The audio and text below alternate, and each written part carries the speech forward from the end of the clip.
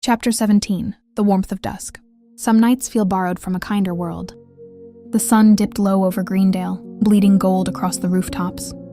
Lanterns flickered to life one by one along the inn's courtyard, their warm light pooling across worn stone and rough wooden tables. Laughter carried easily through the evening air, mingling with the smell of roasted meat, wood smoke, and honey bread. Rose sat near the fire pit with her bow resting lightly across her lap. The flames reflected softly along the polished ash wood as she traced the grain. With her fingertips, feeling the faint hum, she had begun to recognize the quiet awareness that stirred whenever the bow rested in her hands. Around the fire, several of Darius's soldiers sat cross-legged with tankards raised, trading exaggerated stories about the day's training. Every so often their voices dipped, and their eyes drifted toward her.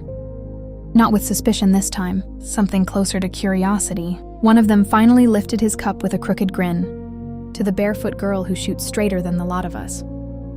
A few of the men laughed. Another raised his drink. "To the captain's newest headache." The cheer that followed was good-natured and warm. Rose blinked, startled by the attention. Her hands tightened slightly around the edge of her kirtle as a shy laugh slipped from her before she could stop it. "I only got lucky," she said quietly. Alaric sprawled comfortably beside her with his boots stretched toward the fire. Snorted. "You keep saying that," he said, "and luck's going to start charging rent." The soldiers laughed again. Rose ducked her head slightly, a smile tugging at her lips despite herself. The warmth of the fire, the easy laughter, the simple acceptance of the moment, and it all felt strange. Not frightening, just unfamiliar. Alaric noticed the way her gaze drifted toward the flames. "What's that look for?" he asked. Rose hesitated, then answered honestly. "It feels strange," she said softly. "What does?" She watched the firelight flicker across the courtyard. Being seen.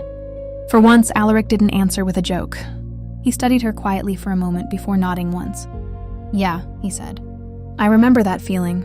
At the edge of the firelight, Darius watched the scene unfold. He had never cared much for celebrations. Soldiers tended to get loud when they felt safe, and loud soldiers missed things. But tonight he found himself lingering anyway.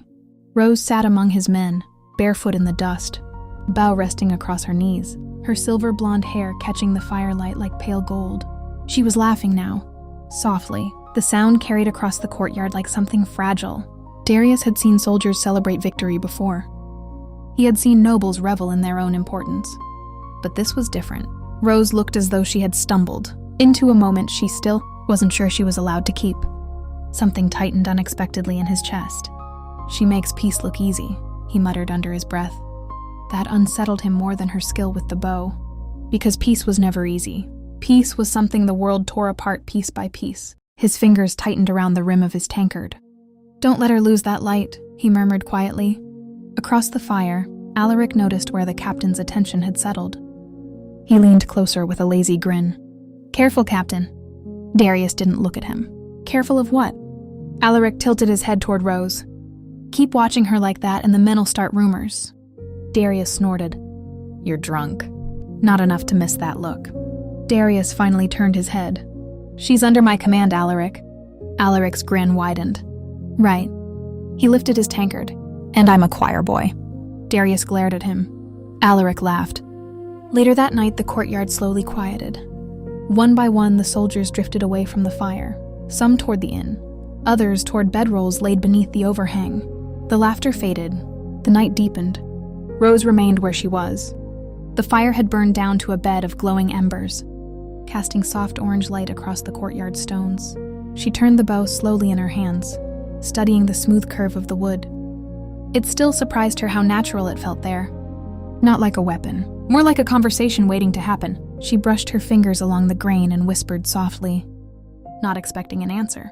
"Thank you for letting me listen." For a moment, there was only the quiet crackle of dying embers. Then the faint hum beneath the earth stirred.